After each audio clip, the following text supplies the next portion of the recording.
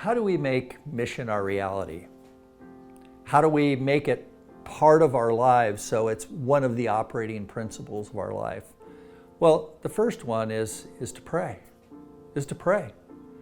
Notice that Jesus started his day every day in prayer. And he demonstrated that to the disciples over and over again, and they struggled staying awake and all kinds of things, but the ultimate discipline is prayer. And that's where mission begins, is having a heart for people that need prayer, praying for those that don't know Jesus, that they would come to Jesus. It's an investment into the lives of people as you take them to the throne of grace every day. And that discipline begins to soften your heart and begins to give you a heart for people that you wouldn't have any other way.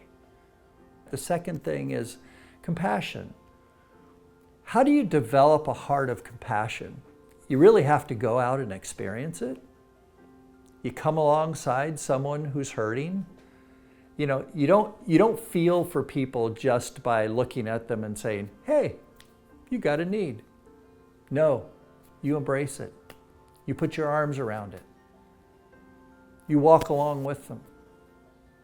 Compassion requires sacrifice of time, of resources. But as you embrace compassion, as you embrace the process of compassion, it will cause your heart to break as well. Jesus, when he looked at the crowd before he fed the 5,000, he looked at them and it says, he looked at them with compassion as sheep without a shepherd. Now, sheep without a shepherd are lost.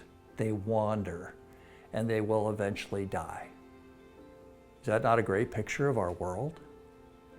The third area is faith. Let me share a passage with you in 1 Corinthians chapter 3. Paul says, I'm of Paul, I'm of Apollos. We had people that were following different individuals. And then he drops down and he says, I planted, Apollos watered, then what? God gave the growth. He repeats it again the next verse down, I planted, Apollos watered, God gave the growth.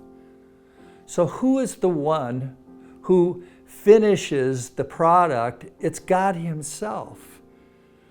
Paul and Apollos didn't take responsibility for their conversion. He said, hey, my job is to plant and to water, then the rest is up to God. Our job is to be obedient and to move and to believe that God will take that investment and do whatever he wants with it.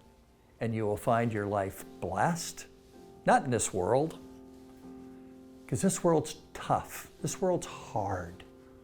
Obedience is hard. But your blessing when you stand before the Savior and you are evaluated for your life, what you've done,